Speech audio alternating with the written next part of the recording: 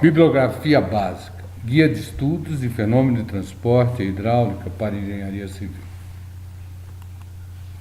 Esta bibliografia pode ser acessada gratuitamente através da página www.escoladavida.eng.br/ft/chamada de ft.htm. Vamos, a partir deste ponto, estudar o capítulo 2, hidrostática. A hidrostática, que também é denominada de estática dos fluidos. Essa parte inicia-se na página 34 da bibliografia básica. E tudo que a gente estudar só será válido se o fluido estiver em repouso, se ele for considerado contínuo, ou seja, por menor que seja a porção de fluido que eu considero, nela existe matéria. A partir daí, um ponto fluido passa a ter dimensões elementar para que possa existir a matéria. Então, um ponto fluido tem um dA. O fluido é considerado incompressível, o que implica que a sua massa específica é considerada constante. Ora, se a massa específica é considerada constante, o peso específico também o será. Vamos iniciar estudando o conceito de pressão. Para isso, vamos recordar como estudamos na época do colégio. Nós tínhamos uma viga, sobre essa viga aplicávamos uma força. Essa viga tinha uma área de seção transversal A. A pressão era considerada o módulo da força normal sobre a área. Vamos enxergar um pouquinho mais detalhadamente esse conceito. Pegamos uma superfície de área A e nessa superfície consideramos um elemento diferencial dA. Nesse elemento diferencial dA existe uma força elementar atuando, normal. Define-se pressão como sendo o módulo dessa componente normal pela área. Ora, o que eu estou tentando observar aqui? Que toda vez que eu tenho uma pressão agindo em uma superfície, ela vai originar nessa superfície uma força. E essa força é normal. O módulo dessa força normal será sempre a integral da pressão vezes o dA. Importante ainda observar a vantagem de trabalharmos com um fluido. Ora, se eu pego um sólido e aplico nesse sólido uma força, ela vai se propagar sempre na direção que foi aplicada. Se eu quiser mudar essa direção, eu terei que fazer, por exemplo, uma caixa de engrenagem. Ora, uma caixa de engrenagem pode sofrer quebras. Já o fluido não. Quando eu aplico uma força, essa força vai se propagar em todas as direções do fluido, com a vantagem do fluido não quebrar. Importante observar aqui, se a pressão for constante, ela sai fora da integral, e eu vou ter que o módulo da força normal seria a pressão vezes a área, onde essa pressão atua. Somente nesta situação é que eu posso falar que a pressão seria o módulo da força normal sobre a área.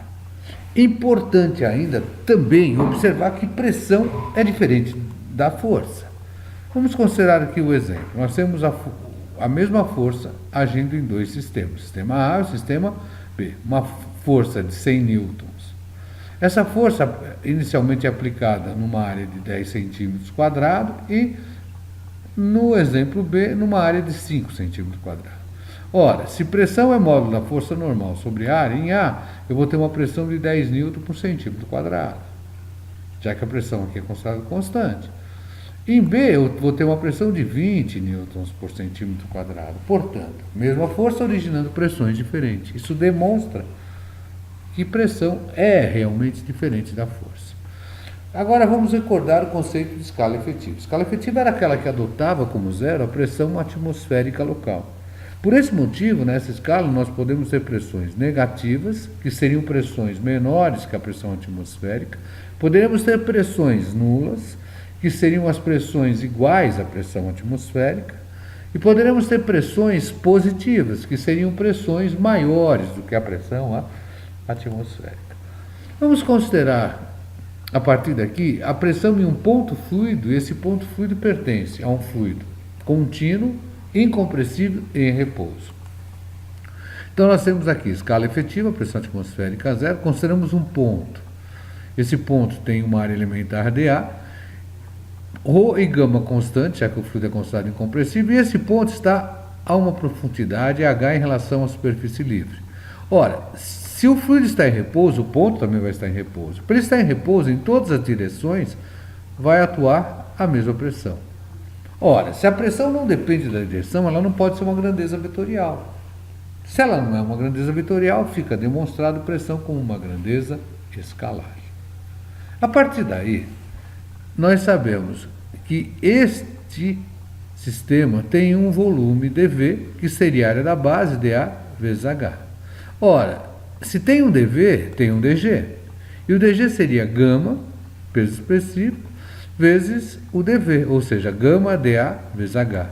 Se nós dividirmos todos os elementos por dA, não se altera. Então ficaria com dG sobre dA, que vai nos dar a pressão do ponto fluido, igual, cancela aqui, gama, que seria o peso específico do fluido considerado, vezes a profundidade do ponto. Este H é denominado de carga de pressão. A carga de pressão, ela pode ser obtida através de piezômetros, que nada mais são do que tubos de vidro graduado, ou tubo de acrílico, ou uma mangueira graduada, né? Através, e sempre aberto à atmosfera, porque ele vai trabalhar na escala efetiva. Através dos piezômetros, nós lemos as cargas e pressões, que seriam pressão sobre gama. Um exemplo, imagine vocês uma torneira, ligamos uma torneira a uma mangueira e efetuamos 2 furos, numa seção 1, numa seção 2, e nesses furos nós instalamos 2 piezômetros. Vamos observar que na seção 1, por exemplo, estamos lendo uma carga de pressão de 20 metros, e na seção 2 nós estamos lendo uma carga de pressão igual a 17 metros. O escoamento está se dando de 1 para 2. Vamos compreender agora o teorema de Stevens. O teorema de Stevens que é válido desde que o fluido esteja em repouso, seja considerado contínuo e incompressível. Então nós vamos ter aqui, olha, um ponto 1, ponto 2, ponto 1 é uma profundidade H1, ponto 2 é uma profundidade H2 e o gama constante. Estamos considerando escala efetiva, pressão atmosférica igual a 0. Ora, sabemos que a pressão P1 seria gama vezes H1. A pressão P2 seria gama vezes H2. Se eu pego P2 menos P1, isso seria gama, em evidência, H2 menos H1. Enunciado do teorema de Stevens. A diferença de pressão entre 2 pontos fluidos pertencente a um fluido contínuo, incompressível em repouso, é igual ao produto do seu peso específico pela diferença de cota entre os pontos. Vamos ver algumas das conclusões que podemos tirar do teorema de Stevens. Vamos considerar aqui recipientes com formatos diferentes. Vamos passar um plano horizontal e nesse plano horizontal consideramos ponto 1, ponto 2, ponto 3, ponto 4. E aqui um ponto 5 a uma profundidade H. A partir daí eu sei que P5 menos P1 seria gama H, que seria igual a P5 menos P2, que seria igual a P5 menos P3, que seria igual a P5 menos P4. Primeira conclusão, ao traçarmos um plano horizontal em um meio fluido, todos os seus pontos vão estar submetidos à mesma pressão, ou seja, P1 é igual a P2, igual a P3, igual a P4. Observamos isso aqui. 2. A pressão em um ponto fluido não depende do formato do recipiente. P1 igual a P2, igual a P3, igual a P4, os formatos são todos diferentes. E a diferença de pressão não depende da distância entre os pontos. A distância de 5 a 1 é essa, de 5 a 2 é essa, de 5 a 3 é essa, de 5 a 4 é essa. Todas as distâncias diferentes, porém a diferença de pressão vão ser sempre iguais. Ela só depende da diferença de cota. Vamos fazer um exercício. Exercício 49 da bibliografia básica. A figura a seguir mostra um trecho de uma instalação hidráulica que transporta água. Peso específico da água considerado igual a 9.800 N por metro cúbico, por um tubo de aço 40 com diâmetro nominal de 2 polegadas, onde na seção 1 temos uma pressão de 30 kPa, pede-se determinar a pressão 2. É dado aqui uma mangueira que ligou a seção 1 à seção 2, usamos um fluido manométrico mercúrio e criou-se um desnível de 210 milímetros. Eu quero saber a pressão em 2. Então, vamos resolver, por enquanto, pelo teorema de Stevens. Para tal, nós vamos considerar as seguintes seções, A, B, C, D e 2. A partir daí, vou aplicar Stevens entre A e 1, depois entre B e A, depois entre B e C, depois entre C e D, depois de D e 2. Então vamos nós. PA menos P1 vai ser o gama da água vezes H. Então nós tiramos que a pressão da água seria o P1 mais o gama da água vezes o Y. PB menos PA seria o gama da água vezes 0,21. Portanto, o PB seria o P1 mais o gama da água vezes Y mais o gama da água vezes 0,21. PB igual a PC, já que não tem desnível. PC menos PD seria o gama do mercúrio vezes 0,21. Portanto, PD seria o P1 mais o gama da água vezes o H mais o gama da água vezes 0,21 menos o gama do mercúrio vezes 0,21. Finalmente, PD menos P2 seria o gama da água vezes o H.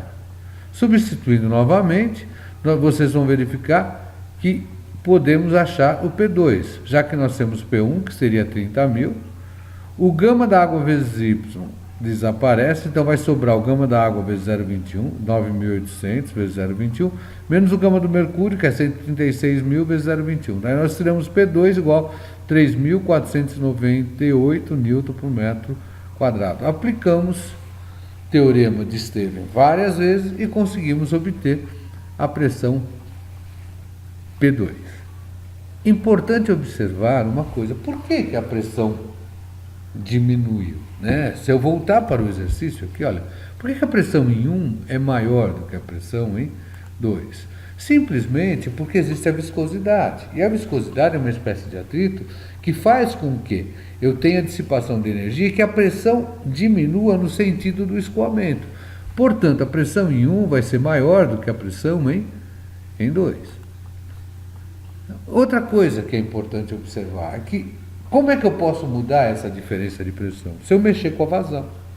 Se eu mexer com a vazão, eu posso mexer com os valores. E o que vem a ser vazão? Define-se vazão, que nós representamos porque como sendo o volume dividido pelo tempo. Outra maneira de definir a vazão, que vai ser importante para dimensionamento de tubos, seria que vazão seria a velocidade média vezes a área. Importante, só que será estudado com maior detalhe no capítulo 3, no próximo capítulo. Por enquanto eu peço que vocês entendam isso. Como é que eu achei a vazão de forma direta? Eu simplesmente peguei a torneira, um recipiente que eu conheço o volume e vou cronometrar o tempo para coletar esse volume. Então vou ter volume sobre o tempo. Agora, essa outra expressão surge uma fórmula muito famosa, que é aquela que o alemão que vá. Mas eu só vou com a velocidade média, hein? Aqui nós temos o nosso exemplo, olha. Torneira, mangueira, seção 1, seção 2, temos uma carga H1, uma carga H2, é que nós poderíamos obter a vazão. Se eu fechar a torneira, ou se eu abrir mais a torneira, eu vou conseguir alterar essas cargas de pressões. Vamos propor um exercício, e esse é um exercício que caiu, inclusive, na prova P1 de MEC-Flu, lá no Centro Universitário da FEI.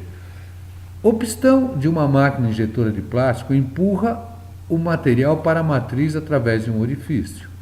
O pistão é empurrado por uma força F de 6.000 newtons com uma pressão de 80 kPa. Então, aqui nós temos uma pressão de 80 kPa, indicada pelo manômetro. Eu estaria lendo o manômetro, aquele que a gente consegue ler a pressão do pneu do nosso carro.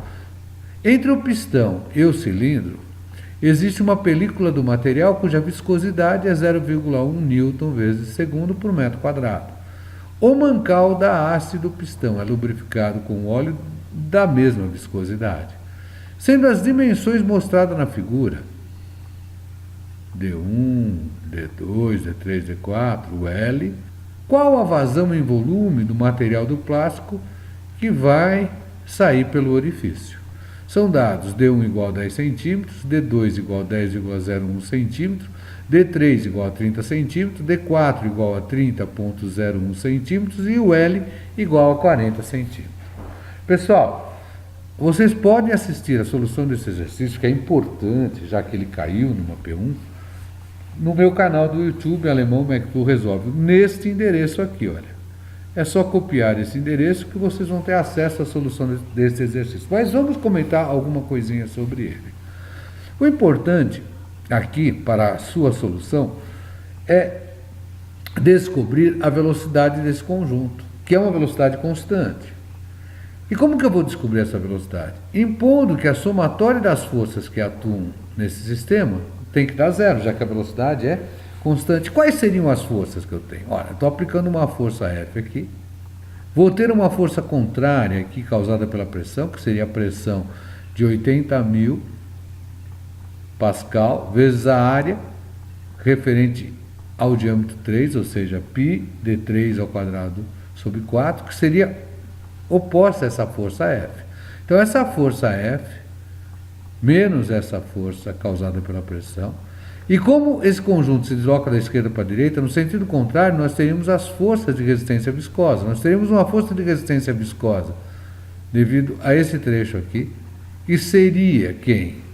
Mi, a velocidade constante sobre epsilon que seria o d2 menos o d1 sobre 2, vezes a área de contato, que seria π d1 vezes L.